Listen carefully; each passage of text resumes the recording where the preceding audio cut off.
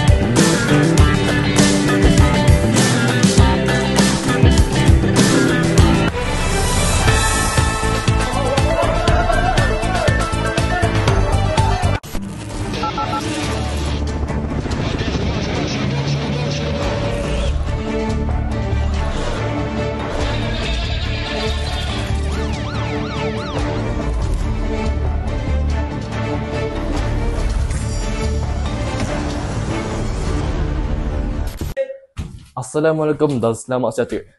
Anda sedang menonton berita 9999 edisi khas Ramadan 2025. Dari luar macam hutan biasa tetapi ada pot Ponteng Puasa.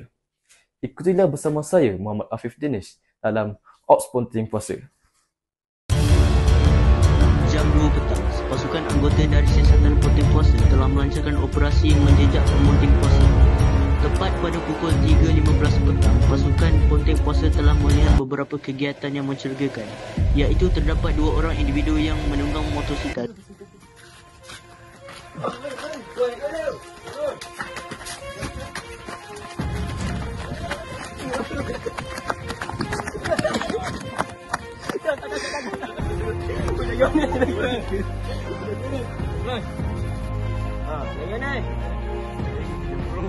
Burung. Ni peserta ni buat apa ni? Ya? Buat apa ni? Apa ni nama ni? Buka. Apa ni? Allah. Benda ya Allah. Apa ini bulan puasa ni? Air burung ni bang. Air burung. Benda air burung ni. Benda tu air burung ni. Ini kafe ni. Dia bisa je. Dia bukan puasa. Dia makan burung bang. Dia makan burung bang. Mana burung makan ni? Burung makan bang. Bisa ya. Burung ni.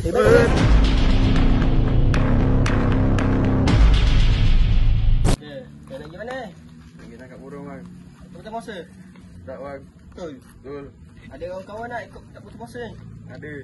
Kat mana bang? Makan tu bang. Makan ni? Bayar dia. Sekarang ini budak ni.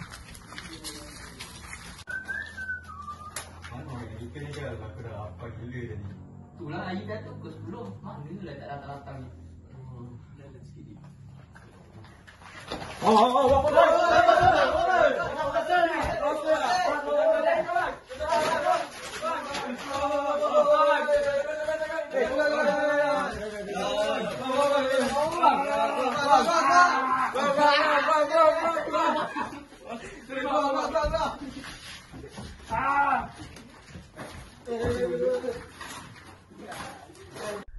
Di sini kita dapat menangkap 3 orang yang Ponteng Puasa. Bang, saya nak tanya awak soalan bang. Kenapa tak puasa? Saya lapar sangat. Lepas tu orang sebelah saya ni ajak saya makan. So saya ikutlah sekali. Bang, tak malu ke tak puasa? Saya malu sebenarnya. Tapi saya dah ada gastrik. Saya ajaklah kawan saya teman makan. Pula.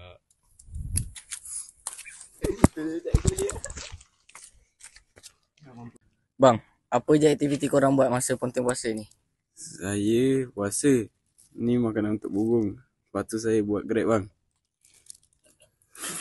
Terima kasih telah menonton Berita 9999. Ingat, jangan memuting puasa kerana puasa itu ialah rukun Islam yang ketiga.